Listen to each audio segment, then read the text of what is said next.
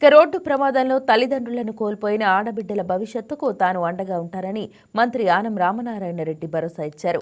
ఇటీవల ఆత్మకూరు నెల్లూరుపాలెం జాతీయ రహదారిపై జరిగిన ప్రమాదంలో మృతి చెందిన చావల మాధవ మనోజ దంపతుల కుమార్తెలు మనస్విని లక్ష్మీ తేజస్విని మంత్రి పరామర్శించారు. వారి విద్యాభ్యాసానికి పూర్తి సహకారం అందిస్తామని, ప్రభుత్వం తరపున ఇల్లు మంజూరు చేస్తామని మంత్రి ప్రకటించారు. అలాగే ఉన్న భూములకు పట్టాలు ఇప్పించడంతో పాటు తెలుగుదేశం పార్టీ తరపున ఇన్సూరెన్స్ మొత్తం కూడా అందేలా చర్యలు తీసుకుంటామని తెలిపారు. ఈ ప్రాంత ప్రతినిధిగా ఆ ఆడబిడ్డల బాధ్యతను తానే తీసుకుంటానని, ఏ కష్టం వచ్చినా అండగా ఉంటానని మంత్రి ఆనం ధైర్యం చెప్పారు.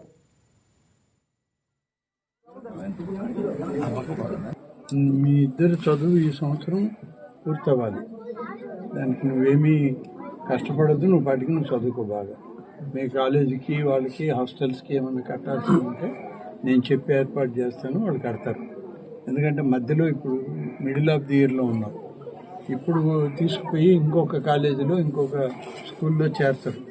ఇయర్ పూర్తి చేయండి, సరేనా? మార్చికి అయిపోద్ది. ఎలాగో ఇది కూడా బాబా అయిపోయిన తర్వాత అప్పటికి మనకేమన్నా ఎన్టీఆర్ ట్రస్ట్ స్కూల్స్లో అవకాశం ఉంటే అక్కడ చేర్చే ఏర్పాటు చేస్తాను.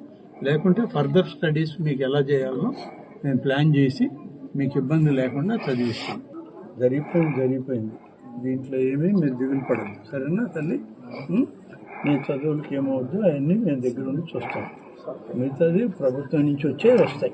సీఎం గారు పార్టీ పరంగా ఇస్తారు, ప్రభుత్వ పరంగా వస్తాయి. ఆ రికార్డులు అన్నీ వస్తాయి. మీకు ఏమి నష్టం లేదు. రేషన్ కార్డు ఉంది, వైట్ రేషన్ కార్డు 4 మెంబర్స్కి ఉందమ్మా, అంతే కదా?